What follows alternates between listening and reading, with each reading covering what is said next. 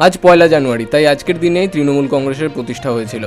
সেই প্রতিষ্ঠা দিবস পালন করল করিমপুর 2 নম্বর ব্লকের অধীন দিগলকান্দি গ্রাম পঞ্চায়েতের অন্তর্গত গোয়াবাড়ি নেতাজি বিদ্যাপীঠ হাই স্কুল ময়দানে।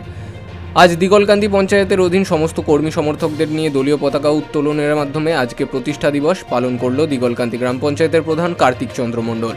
তিনি প্রতিষ্ঠা দিবসে কর্মীদের বার্তা দিলেন যে আগামী দিনে বিধানসভা ভোটে তৃণমূল কংগ্রেস জিতবে। তৃণমূল কংগ্রেসকে জেতাতে আরও আগে আসতে হবে তৃণমূল কংগ্রেস কর্মীদের, তাহলে তৃণমূল কংগ্রেস কর্মী নিশ্চিন্তে জিতবে এবং বিজেপিকে পরাজিত করবে। 34 বছরের জগদ্দল পাথর সিপিএমকে সরিয়ে তৃণমূল কংগ্রেসটা গঠন করেছিলেন প্রয়াত অজিত পাজা মন্ত্রী এবং মমতা বন্দ্যোপাধ্যায়। আজকে সেই সিপিএমকে সরিয়ে বাংলার মানুষকে প্রত্যেকটা ঘরে ঘরে আমাদের সাধারণ মানুষ যেটা আগে কোনদিন পায়নি সে জিনিসগুলো পরিষেবা মানুষ পাচ্ছে। লক্ষ্মীর ভাণ্ডার, স্বাস্থ্যসাথী কার্ড, খাদ্যসাথী, বিভিন্ন যুবশ্রী, কৃষক বন্ধু সব কিছু আমরা পাচ্ছি মমতা বন্দ্যোপাধ্যায়ের উদ্দেশ্যে।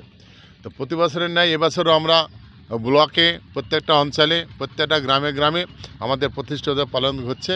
আমরা সারা বাংলার সাথে সাথে আমরা করিমপুর 2 নম্বর ব্লকে আজকে গোয়াবাড়ি হাই স্কুলে আমরা প্রতিষ্ঠাতা পালন করলাম। এসআর নিয়ে যা বিজেপি সরকার করলো নির্বাচন কমিশনের অজুহাত দেখে, তাতে মানুষ একদম অতৃষ্ট, বিশেষ করে হিন্দুরা অতিষ্ঠ। আজকে নমশূদ্র ভাইরা, আজকে মতুয়া ভাইরা আজকের দিন রাত সকাল 9টা নয় 10টা নয় তারা কাগজ গুছাতে পারছে না। আপনি নিজেও জানেন যে আমরা মজবাথানে ক্যাম্প করে মানুষকে পরিষেবা দিচ্ছি। সেখানেও আপনার চ্যানেলে বারবার দেখানো হয়েছে মানুষ কীভাবে বৃদ্ধা, বনিতা এবং হ্যান্ডিক্যাপ তারাও ছাড় পায়নি এখান থেকে। এই জন্য বাংলার আমাদের মহানায়ক তৃণমূল কংগ্রেসের অল ইন্ডিয়া তৃণমূল কংগ্রেসের সাধারণ সম্পাদক অভিষেক বন্দ্যোপাধ্যায় তার নির্দেশে আমাদের প্রত্যেকটা ব্লকে ব্লকে যুব তৃণমূল কংগ্রেস কর্মী ভাইরা এবং সকল স্তরের কর্মী ভাইরা আমরা ওখানে মানুষের পাশে আছি। আমরা বিজেপি বলি না, আমরা তৃণমূল বলি না, আমরা কংগ্রেস বলি না, আমরা বলতে চাইছি পশ্চিমবাংলার একটা ভোটাধিকার বাদ যাবে না। নদিয়ার করিমপুর থেকে অর্ধেন্দু মালাকারের রিপোর্ট, বিগ নিউজ বাংলা।